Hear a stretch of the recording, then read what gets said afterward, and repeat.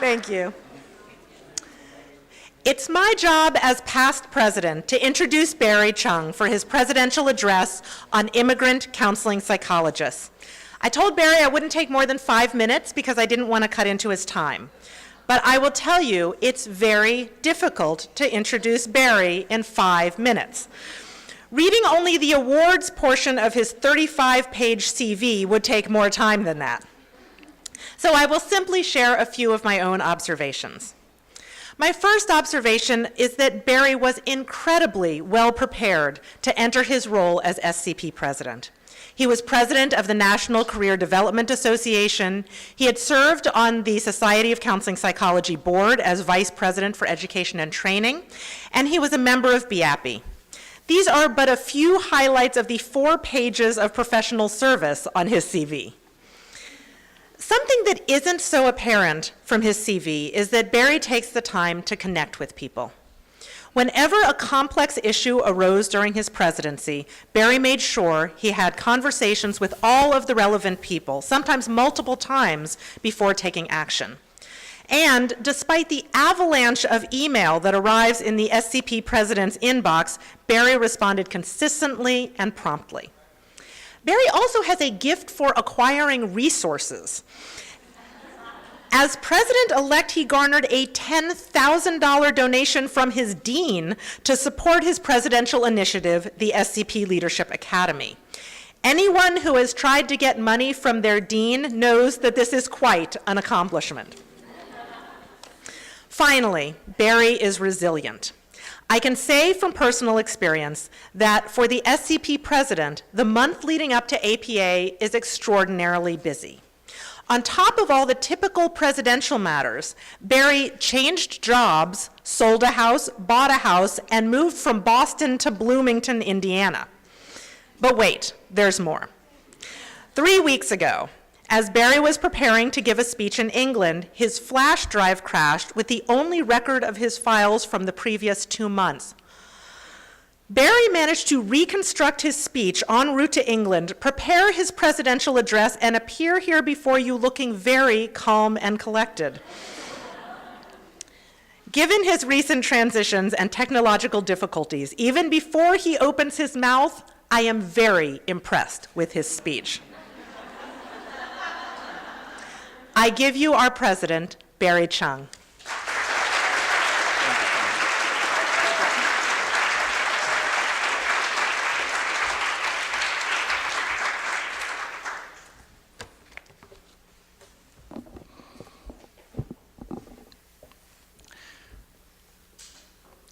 Well, I want to begin my presentation by thanking everyone who has volunteered their talent and precious time for the Society of Counseling Psychology during my presidential year, as well as those who have provided consultation and emotional support to me. When I first told people I was going to do 3 presidential projects, some thought I was a bit too ambitious. I'm glad I persisted with my dreams for my presidential theme, the Future of Counseling Psychology campaign. It's most gratifying to see the 3 presidential projects coming to fruition at the 2002 APA Annual Convention here in Orlando, Florida. I'm forever grateful to members of the 3 special task groups, Leadership Academy, Globalization, and Video Campaign, particularly to the co-chairs, Rosie Bingham, Linda Forrest, Johanna Nielsen, Li-Fei Wang, Derek Almoto, and Michael McAllister. I believe that these projects help enhance the future of counseling psychology by sustaining leadership development among students and early career professionals, by promoting international collaborations to advance counseling psychology globally, and by efforts to increase public awareness about counseling psychology through videos. In addition to these 3 presidential projects, there were 3 other special task groups that were commissioned this year: the Counseling Psychologist Editor Search, Counseling Psychology Specialty Renewal Petition, and Website Redesign. I had the privilege to be kept informed of all the people and their work in these projects. And I continue to feel that the most rewarding part of being Division 17 President is to have the opportunity to work with these amazingly talented and committed Division 17 members. It is because of these volunteers that SCP is a strong organization, and that the future of counseling psychology is full of potentials and opportunities. As you can imagine, this past year has been very busy for me. In addition to being a SCP president, I was also a department chair. I went through a job transition from Northeastern University to Indiana University, and we moved from Boston to Bloomington last week. I would not recommend any president to be doing all these in a given year, but I'm glad I did what I did. I have learned tremendously during this process, and I thank all my colleagues, especially the presidential cabinet, Tanya Israel, Andy Horn, and Tudy Perez. The support from Debbie Nolan, Sam Rhetoric, and Michael Mobley has been invaluable. Of course, I could not have done any of these without my loving partner, Joe Smith. He has supported me in any way possible a human being can give to another human being. From managing our household to listening to me every day. And you know that we psychologists love to process. He even knows all the acronyms such as SCP, CCPDP, BIP, or what Division 17, 44, and 45 mean. I love you, Joel. You make me a better person and president than I can ever be without you. I should also acknowledge the contributions of our dog, Jake. Although he's not very good at filing papers, he loves to answer phone calls, and he specializes in shredding papers. Seriously though, whenever I have a stressful day, I can just come home and rub his head, and I feel much better, and so does he. Okay, on to the topic today, immigrant counseling psychologists. You may wonder why I chose a title for my presidential address that is quite different from my presidential projects. Well, since I have spent the past 2 years working on the presidential theme and projects, I decided to discuss a topic today that is more personal. For those who heard my New Fellows address at the 2008 APA convention in Boston, you may remember that I said that I fight 3 battles: racism, heterosexism, and ESLism. ESLism refers to discrimination against those who speak English as a second language. Most of my professional work addresses racism and heterosexism, but somehow I have not done much professionally on ESLism, even though I struggle with this almost daily in my personal and professional lives. Therefore, I decided to talk about the experience of immigrant counseling psychologists to increase awareness of the obstacles, triumph, and contributions of immigrant counseling psychologists. Immigration has always been an important issue since the beginning of this country, where most citizens and residents are first-generation immigrants or their offspring. Ironically, throughout history, there have been persistent hostilities and biases against legal and illegal immigrants. The uproar of recent political debates and controversial immigration laws in this country, as well as APA past President Melba Vasquez's Presidential Task Force on Immigrant Issues, provide a backdrop of my presidential address. My informants. I did not want to make the presentation all about me, even though I was tempted to. So I consulted 10 colleagues who are first-generation immigrant counseling psychologists. I focused on first-generation immigrants because they often face unique issues such as ESL, adapting to a foreign culture, and separation from their family of origin. Interestingly enough, one colleague I interviewed said she never thought of herself as an immigrant, but a visitor. She thought this might be why she never felt like she fits in. I interviewed these 10 colleagues, or informants, using a standard set of 11 questions. I did not intend to approach this as a formal research project, although I did apply for IRB approval just to be well covered. My presentation today is based on my synthesis of responses from my informants, as well as direct quotes from the informants. Therefore, my presidential address is somewhat non-traditional in that it will be presented in a collective voice, using a storytelling approach, which is a historical and cherished tradition of intergenerational communication in many cultures. Imagine that this presentation is almost like a fireside chat, except that there's no fire, and my panel of informants remains off-stage and anonymous. My informants included 5 men and 5 women from China, Hong Kong, Iceland, India, Japan, Taiwan, and Turkey. They first arrived in the US as young adults between 19 and 32 years old, with the exception of 2 who spent a few years of their childhood in the United States when they were 5 and 6 years old, respectively, prior to re-entry as adults. As adults, all informants came to the US as international undergraduate or graduate students.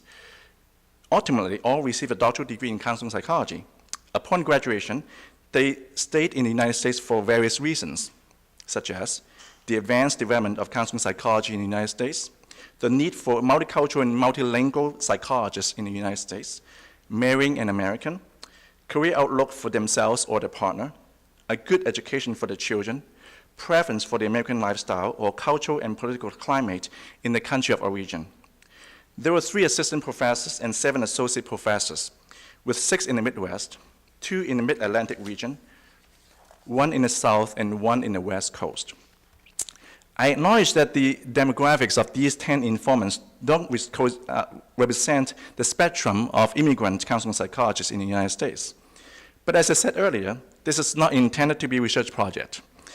And John Westerfeld told me that I can do whatever I want with my presidential address. In the following, I will discuss the informant's upbringing experience, family support for the career decision, obstacles and sources of strength, influential persons, relation between immigrant experience and work as counseling psychologists, their contribution to counseling psychology, and their wisdom to share with everyone. Upbringing experience. I asked my informants about significant experiences when they were growing up that shaped who they are today. The most common experience mentioned was the family's emphasis on the value of education. Regardless of the socioeconomic background of these families, the informants were encouraged and supported to pursue education. They also mentioned the values imparted on them by their family or societal culture, such as gender equality, individual freedom, the importance of family, morality and integrity, work ethics, and focusing on meaning of life rather than materialism. These values influence their approach to life and their career as counseling psychologists. In their own words, we didn't have money, so it was really important to prioritize things and resources. My family always prioritized our education and encouraged us to travel. My parents wanted me and my sister to be fluent in 2 languages. They believed that we must expand our worldview, and we want to do anything, be successful with it. My parents were not well educated. When I was an elementary school student, my mom paid a lot of attention to how I performed at school. It implanted the idea in me that education is important and is a viable way, and perhaps the only way from my parents' point of view, to move upward in societal hierarchy. My parents kept pushing me not to be discouraged by the societal norms as a girl, woman. They kept telling me to pursue my happiness and communicated the following statement over and over again: nothing in the world can make you happy if you're not happy with yourself. My parents worked multiple jobs to support their education. Back then, they didn't have much of a choice, but working hard to put dinner on the table and get what their kids needed. Working hard seems to be a theme later in my own life. In addition to the aforementioned values, one informant reported that her parents were role models as helping professionals. She said, "I grew up in a family where both parents were physicians. They were great role models in helping others. I met many meaningful conversations about their passion and devotion to saving lives and relieving pain for others. My parents believed in leading, then correcting, in shaping positive behaviors, and were very positive in seeing their children and others." There were unique identity and relational issues for the 2 informants who spent several childhood years in the United States. There was feeling of marginalization because of not fitting in any cultural groups or due to acculturation and English proficiency differences from their parents. Due to cross-cultural experiences of living and being educated in both the US and my country of origin, I constantly struggled with my identity and felt a lack of belongingness. Now I still find myself not feeling fully connected with Asian Americans in the United States, and also have some different experiences and perspectives compared to the typical East Asian international students. But I have accepted that I am uniquely shaped by my cross-cultural experiences, and have come to embrace it. I first arrived in the US at age 6, and as the older child, I was the very first in the family to become fluent in English. I probably felt at that time that I could not rely on anyone, including my parents. The avoidance of shared experiences with my family was perhaps what significantly shaped who I am today, in that I consider myself quite self-reliant. I was fascinated by stories I heard from my informants. Although we are all counseling psychologists, we came from very different backgrounds and experiences that collectively shaped our individuality and our approaches to life and counseling psychology. I grew up in a poor family of 7 in Hong Kong. In my earliest memory, my family lived in a small studio apartment with a bunk bed. All 5 children slept on top, and my parents on the bottom. My older siblings started working at a very young age to help support the family. I'm the only one in the family who went to college, let alone graduate school. I'm grateful to my family for their sacrifice. As a kid growing up, I didn't have many toys, so I learned to improvise. That's why I got a smile on my face when one informant told the story. When I was growing up, the essence of my family was lower middle, and we lived in a poor neighborhood. Finding ways to have fun without costing too much money was one of the themes during my childhood. Things like swimming in a small river, fishing frogs with homemade bamboo sticks, and tracing grasshoppers made up important memories of my childhood. Familial support for career decision. Most of my informants' parents had little knowledge of what psychology is, let alone counseling psychology, which literally is a foreign concept. However, they all supported their children's decision to pursue a doctoral education and to work in the United States after graduation. Although it was difficult to be living so far away from their children, these parents are very happy for their children's educational and career achievements in the United States. Here are some examples. It was very challenging for my family to let me go and for me to leave them behind. But not even once did they communicate that they would like me to move back and be with them. As long as they know I'm happy, they are happy and super supportive. Our families in Taiwan did not really know what counseling psychologists are about. They knew I was completing a doctoral degree in counseling psychology and were in support of my decision to stay though. Both of my parents understand my occupation as a university professor rather than a counseling psychologist. When I told my father that I wanted to study psychology, he stated, "Psychology? What's there to study? I don't understand."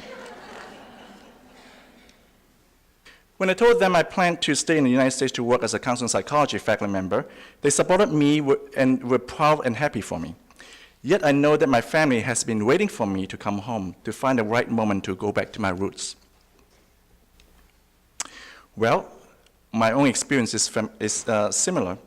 My parents have no clue what I studied or what I do in my work, other than being a university professor. This lack of understanding is very frustrating because there's so much I want to share with my parents about what I do and what I accomplished. Yet I know they won't understand. One time I told my brother that I was elected president of the National Career Development Association. Then my mother called me, and she said she heard from my brother that I was elected state governor.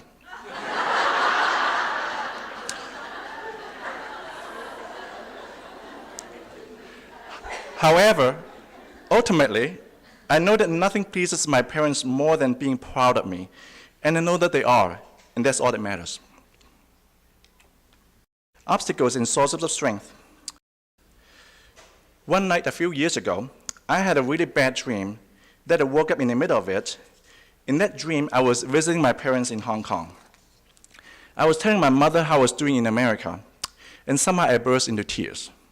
I held her hand, and I kept telling her it's so hard to be an immigrant.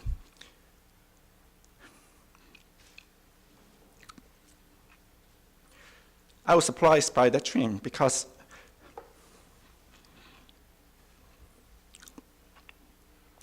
I never thought I had that kind of emotion about my immigrant experience. Assuming that dreams reveal one's repressed or subconscious thoughts and emotions, and I know there are psychodynamic folks out there in the audience, maybe that dream was telling me something. I'm well aware of the almost daily hassles in my personal and professional lives, being made fun of because of my accent, being perceived as intellectually inferior because of non-standard English usage, or not knowing some American icons in the United States, being ignored or passed over for opportunities, being invalidated or slighted with racist or foreigner slurs, or having to work 2 to 3 times as hard as others in order to be recognized for the same level of achievements. Recently, I had a conversation with a counseling psychologist. She made a comment to the effect that I'm not an American. I said, I am an American. She said, but you're not American, are you? I said, I take that as a microaggression. I asked my informants what barriers they face in their professional development as a counseling psychologist and how they cope with them. The number one obstacle mentioned was language and cultural issues. It is difficult enough trying to adapt to a different language and culture on a day-to-day basis, let alone trying to succeed in a profession where language and culture play a paramount role in practice, education, and research. I've heard stories about some clients refusing to see a counselor with a non-American name or accent, or they may terminate counseling prematurely after the first session. During my first practicum, one of my clients would check in with the receptionist, saying he had an appointment with Mr. Chung. I'm aware of incidents where international students are treated by faculty in culturally insensitive ways, or are evaluated in culturally unfair manners. In the words of my informants, regarding language and cultural barriers. When I first came to the United States, some instructors questioned my English proficiency, and it was not easy to find financial support. Staying very Chinese in many ways may not be well understood or appreciated by others. Needing to learn about structures and systems that most others would be familiar with, I still do not know how to navigate some of these systems. I felt having less social capital compared to those originally from the US. Without experience of growing up in the US, I often felt that I lacked the frame of reference for things my clients talk about. Overall, I feel less secure around understanding how interpersonal relationships and various systems function. There's always been the feeling of not belonging that comes and goes throughout my life in the US. I find it harder to feel like an equal being with my peers and colleagues. The sense of not fitting in or being an outsider because of different worldviews or priorities have been one of the barriers or challenges to my professional development. For the two informants who had spent some childhood years in the United States, their experience was somewhat different from those who came as adults. One informant cited the barrier to conform to what is considered Asian in the US. I had to learn many of the stereotypes that people in the US have, including Asian Americans themselves, as to what it would mean to be Asian or Asian American. One informant from Europe has a somewhat different experience. She said, "It took a while for me to find a place as an immigrant because I'm a white European. I'm often perceived as from the majority culture. I learned to share the cultural differences more clearly and more intentionally." Besides language and cultural barriers, some informants mentioned the difficulty of lacking colleagues with similar research interests related to their international background, or lacking access to populations they want to study. They also indicate experiencing a lack of appreciation for the kind of research they do, such as challenges with getting published in an area that is not seen as important. One informant also mentioned having to adapt to the current culture of counseling psychology in the US, being stereotypically white female, which values very explicit, verbal, low-context communication, as well as valuing affect over cognition. In facing the aforementioned obstacles, my informants applied a variety of coping strategies and resources, such as working extra hard, learning cultural differences, grounding in one's ethnic identity, believing in oneself and one's work, being open-minded, cognitive restructuring, connecting with people with similar backgrounds and interests, utilizing social support from family, friends, colleagues, and mentors, and religious and spiritual support. Now, wait a minute. Aren't these some of the interventions we use with our clients? Sounds like my informants really practice what they preach. And I believe that this makes them solid practitioners, educators, and researchers, in their own words. I work as hard as I can and accept that English is my second language. In my writing, I will just write my thoughts without concerns about grammatical errors. Then I can proofread what I wrote later. I increase my awareness of how different Chinese and English language structures can be related to my mistakes in English. I study, learn whenever and wherever I can. With time, it becomes less and less of an issue. I want to understand the world of culture in counseling and all psychological phenomena. This will give me an understanding about my relationship with the American society and culture. Having a perspective that is a great way of coping. Being able to articulate this perspective can make it an education experience for all.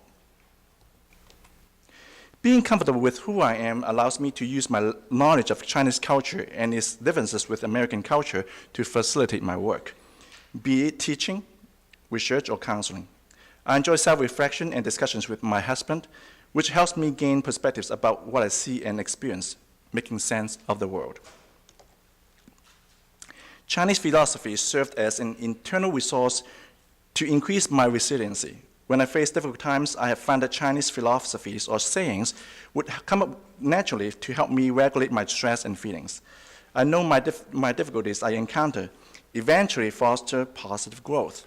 I strongly believe that I will grow as a person after I overcome these challenges and difficulties. In particular, my job is to help others overcome their life difficulties.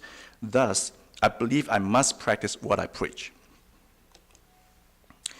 Having a different perspective and cultural background from the typical US-born counseling psychologist, and also learning the US perspective and worldview, have widened my horizon and made me a more open-minded person than I was when I first entered the United States. I think immersion in two cultures and worldviews has facilitated my development and has made me a better psychologist than I would have been without the experience. I connected with a few others from my own country of origin, and I developed a listserv to help others in similar situations. Make it a point to mentor others. I challenge tokenization and also use my position to my advantage for advocacy. Talking to my wife about these issues, utilizing psychotherapy, praying, and making friends were always ways that I cope with the challenges. I tend not to see obstacles as barriers. They're simply opportunities for change. I did the best I can. After that, I let go of my desire to control the result. And of course, having a good support system, such as talking to friends, advisors, mentors, always helps. I'm interested in minority research studies. However, the lack of minority populations in my community is a limitation for my research and applications for grant funding. The way I deal with this situation is to collaborate with minority colleagues and to conduct my research in different states. It helps to appreciate the history that the US is built on immigration foundation, and that I can continue to be a part of it. The experience of being an immigrant helps me understand other immigrants. The power of praying gave me the mental power to fulfill my potential. Being an immigrant counseling psychologist, some challenges are beyond my control. My family prays a lot for me. I don't know about you, but just reading these comments gave me a great sense of empowerment. These immigrant counseling psychologists face a lot of barriers in their personal and professional development, but they also turn these obstacles into triumph. They overcome hardships by turning challenges into opportunities for growth, by sorting through and embracing cultural differences, by utilizing the best of different cultures, by turning inward with constant self-reflections, and by falling on the support of family, friends, colleagues, mentors, and spirituality. And gosh, they work so hard. Their lived experience as an immigrant makes them unique in their perspectives about counseling psychology, contributing to their special contributions to education, research, practice, and advocacy. Influential persons. I am who I am today because of many influential persons in my life. These people are my teachers, supporters, sounding boards, role models, and inspirations.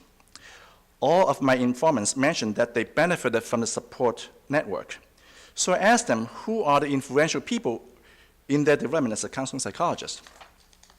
They mentioned a lot of people, including parents, partners, siblings, children, extended family, advisors, teachers, professors, clinical supervisors, mentors, students, colleagues, and clients.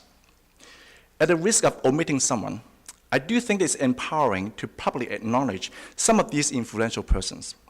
Here is an incomplete list of persons who have played an important role in the lives of my informants and myself. Nanette Bikos, Sharon Bowman, Jolene Carney, Sheng Xiang Chang, Lilian Chang, Edith Chong, Jim Croto, David Dixon, Louis Dowse, Steve Asner's daughter, Helen Farmer, Linda Forrest, Larry Gerstein, Betty Gridley, Lenore Harmon, Punky Hebner, Andy Horn, David Jepson, Shuren Jean, Mark Leash, Bob Lant, Sue Reese, Michael Mobley, Carol Pisto, Mark Pope, Jeff Prince, Mark Savickas, Tom Sager, William Sadasek, Ron Serlin, Bob Slaney, Terry Tracy, Bruce Wampold, and Mayfing Wei. In their own words, my informants describe how they were influenced by these people. My doctoral advisor came to my home institute for a seminar and spent one afternoon going through APA-accredited counseling psychology programs with me. His support has been just amazing and life-changing. I came to the US to be his advisee. He died shortly after I graduated. My students. A large portion of my professional identity is being a teacher. I have been learning to be a good teacher all these years. The journey is continuing. My students have been patient with me and helping me learn how to teach. And my clients, they taught me how to do counseling. My academic advisor always believed in my abilities way more than I did.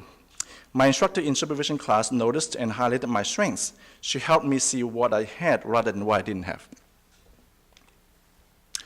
Two of my internship supervisors were Taiwanese immigrants who allowed me to see how they integrated who they are culturally with their counseling work in the United States.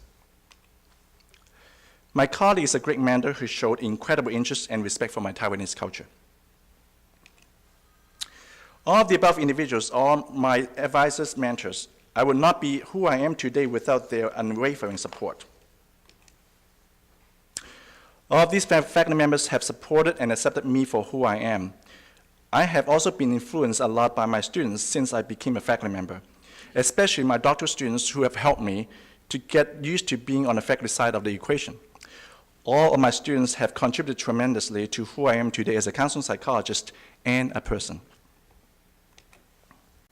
Immigrant experience and work as a counseling psychologist. I asked my informants whether there was any relation between their experience as an immigrant and the kind of work they do as a psychologist, a counseling psychologist. Most said definitely. They reported that their identity and experience as an immigrant influenced their research, teaching, and practice.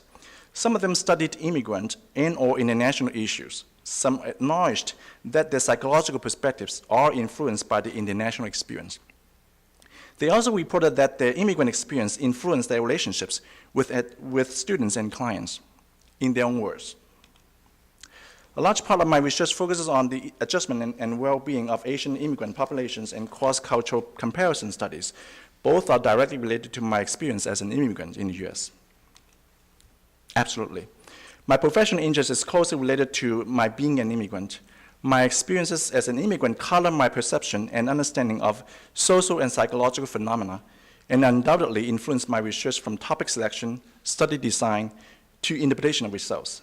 In teaching, my Asian or Chinese perspectives also influence how I present information and what information I choose to present. Even in my work with my advisees or supervisees, my Chineseness influences my relationship and interactions with them. I feel like fish in the water when I work with international students, populations, and immigrants. I also enjoy conducting research programming for international students. I currently study cross-national adjustment processes. I feel like I can be myself, utilize my experience, and provide more unique contributions in working with the international student populations. Immigrant experience provides a critical lens to evaluate the cultural applicability of what I learned in psychology, especially in theory and assessment. My cross-cultural experience and the counseling training I received in 2 different countries definitely have impacted my teaching style, research, and the way I conceptualize my clients presenting issues. Especially in the field of counseling, I am the most important tool I have in doing my job. Having said that, I also constantly remind myself the biases I may have derived from my past experience. When mentoring students or interacting with colleagues, I stress the importance of multicultural perspectives and appreciation of individual group differences, which I believe are directly influenced by my immigrant experience. I operate with the Asian communication style, using implicit and positive messages when seeing things that need to be changed, versus explicitly telling students that they did wrong and need to correct. I always see everything through the lens of an immigrant woman and a person of color. I can't separate my identity from my work. I bring it into my research, teaching, as well as sharing experiences. This is especially helpful with international students and persons of color. My immigrant experience gives me more patience and flexibility while I mentor others. My experiences of going through challenges related to cross-cultural situations have helped me become more aware of the gap between my own frame of reference and those of others around me. This sensitivity has given me more culturally competent with people from similar and different cultural backgrounds. As for me, the relation between my immigrant experience and my work cannot be more obvious. I chose to present on immigrant counseling psychologists, didn't I? I think my international experience has the most impact on my professional leadership and service, as well as my mentoring of students. In my presidency with the National Career Development Association and the Society of Counseling Psychology, I developed initiatives that targeted international issues and collaborations. I gave a number of presentations in Asia and Europe, and I always tried to plant some seeds in international collaborations during these trips. I also realized that most of my advisees are ethnic minorities, LGBT persons, or international students. There were times when I advocated for the needs of international students. It was not easy sometimes, but I'm glad I was in a position to do something for them. I was an international student before, and it makes sense to give back. Contributions to counseling psychology. One form of cultural oppression is ignoring or distorting historical facts to undermine the contribution of a cultural group. This kind of oppression renders a cultural group to be perceived as insignificant, inferior, or worthless. And this perception can even be internalized by the cultural group members themselves. Therefore, I thought it would be important to properly acknowledge my informants' contributions to counseling psychology as immigrants. This will serve to promote awareness of the impact of immigrant counseling psychologists and to help international or immigrant students and early career professionals to build confidence about their own destiny. I collected the curriculum vitae from 8 of the 10 informants. Let me tell you, their vita are just simply amazing. There's no way I can adequately present the scope of their achievements. So I'll just give you a summary. In total, the 8 informants have presented 531 papers, averaging 66 papers each. They published 196 journal articles and 81 book chapters, averaging 25 articles and 10 chapters each, respectively.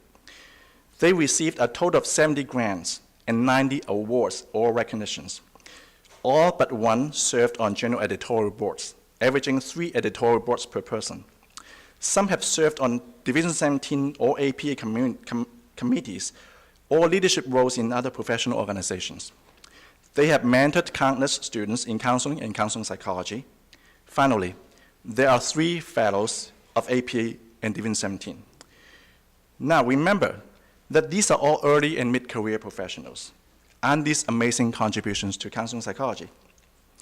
I asked my informants what they thought they have contributed to counseling psychology. They named the following areas: innovative practice, advocacy, policy development, leadership positions, mentoring students, particularly international and minority students, presentations and publications, consultation, professional service, and research and measure development on multicultural, immigrant, and international issues. In their own words, my contributions are being culturally and ethnically different and bringing different perspectives to understanding psychological phenomena. I really think my major contribution is in this area, modeling and teaching a different cultural perspective in my professional role as a faculty member. I have been the bridge between my international students and their American supervisors. There have been multiple times when I've advocated for international students and helped resolve cross-cultural misunderstandings. I'm one of the few who study South Asian issues. Frequently, internship and practicum sites are afraid to accept students with accents that are not English or American. It is important for us to address this with our colleagues who tend to be short-sighted by not wanting to work with these students. My professional contributions that make me the proudest are the ones that have contributed to making international issues a more salient topic in counseling psychology. I have actively fought for international issues to be considered worthwhile and appreciated in counseling psychology. I am a messenger for those who enrich my experiences here in the United States. My personal, professional, and clinical experiences here have given me a lot of research ideas. I translate these experiences into research questions, empirically validate these experiences, and help readers to understand these experiences. Well, if you ask me my contribution to counseling psychology, I would say that it's to be able to stand before you today, to deliver this presidential address, which caused me agony over the past 2 years. Especially on July 4th, when I found out that my USB thumb drive crashed, causing me to have to rewrite my presentation. So this presentation is an achievement of a lifetime for me. Wisdom to share. My last question for the informants was whether they had some advice or motto they wanted to share with international or immigrant students and early career professionals, as well as everyone else in counseling psychology. Here's what they said. Find good mentors. Connecting with even one person can make a big difference. Don't be shy. You can make a difference. Take the risk. Work harder. Be realistic. And enjoy the experience. Be a change you wish to see in the world. Be confident. You have a lot to offer. Pursue your dreams. Allow your identities to influence your work. Connect with others doing similar research and work. The immigrant experience is not static, meaning not a one-time experience, but dynamic and constantly evolving. Be yourself. That's the best you can offer, and look at your strengths and use them to overcome challenges. Be grateful. Give back. Learn the culture of counseling psychology so that you won't feel like you're walking through a dense fog. There are cultural politics that need to be navigated prior to individual politics. Let's bring in multiple diverse perspectives to enrich the field of counseling psychology. U.S. counseling psychologists can not only inform and educate counselors and psychologists around the world, they can also learn a lot from their colleagues worldwide. Trust yourself, be persistent, or enjoy the learning at every step. Conclusion. To conclude, I want to point out that my presidential address actually has some relevance to my 3 presidential projects: Leadership Development Academy, Globalization, and videos. First, immigrants can be counseling psychology leaders in the United States. When I was elected president of Division 17, several international and Asian American colleagues told me that it means a lot to them that I was elected. It made them feel that immigrants can be accepted and embraced as leaders in counseling psychology. I have devoted much of my career and presidential year to leadership development in counseling psychology. I was blessed to have met great mentors. I want more students and early career professionals to have these opportunities, including immigrants and persons of color. Second, immigrant counseling psychologists play a significant role in globalization efforts in counseling psychology. They participate in Globalization Special Task Group and its many work groups, edit the International Forum of the Counseling Psychologist, serve as a bridge between American and overseas colleagues, conduct international research, provide international outreach when disasters strike, and advocate for human rights and psychological needs globally. Finally, You may wonder what immigrant counseling psychologists have to do with videos. I'm glad that you asked. I'm going to show you a video of some of these immigrant colleagues. Oops. They are not necessarily the ones I interviewed for this presentation. You will see pictures of their childhood, their families, their countries of origin, their work as counseling psychologists in the United States. Ladies and gentlemen, the following video is a tribute to our dear colleagues, our immigrant counseling psychologists.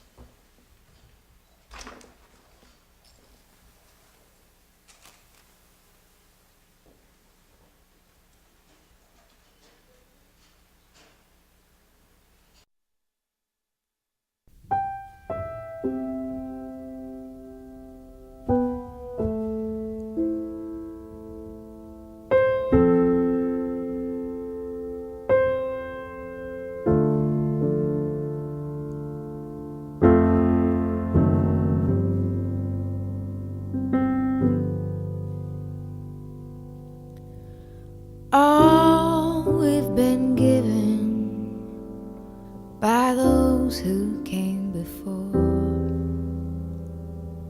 the dream of a nation where freedom would endure, the working prayers of centuries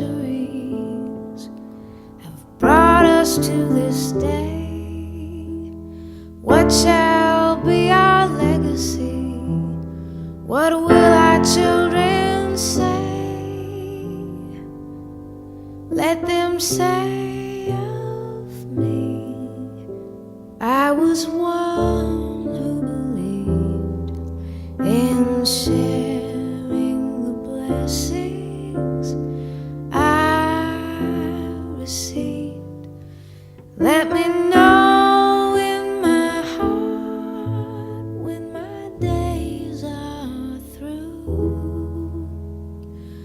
America, America, I gave my best to you.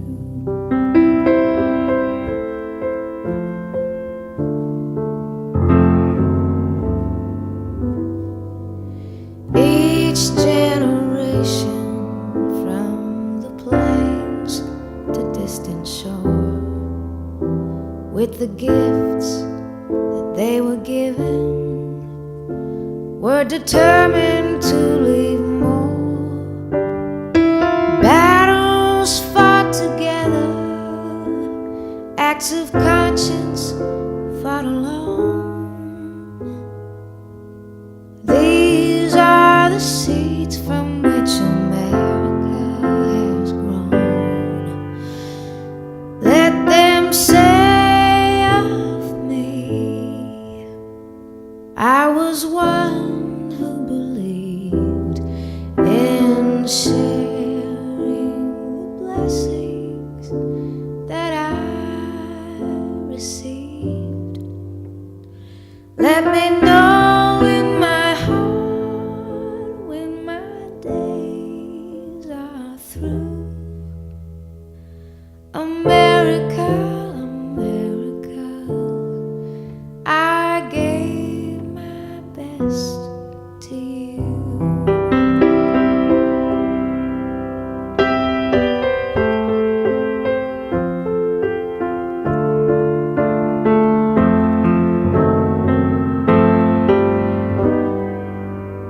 For those who think they have nothing to share, who feel in their hearts there is no hero there, know each quiet act of dignity is that which fortifies the soul of a nation that will never die. Let them say of me, I was one who believed in sharing the blessings I received.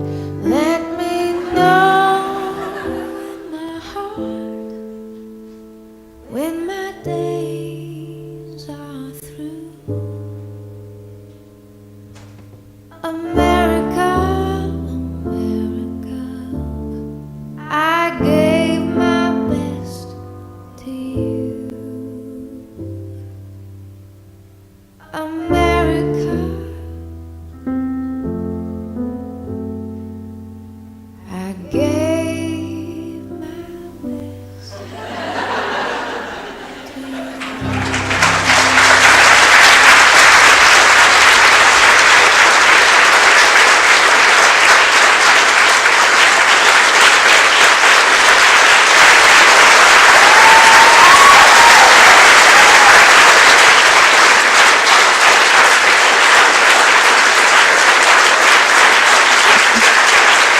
Thank you. Well, thank you.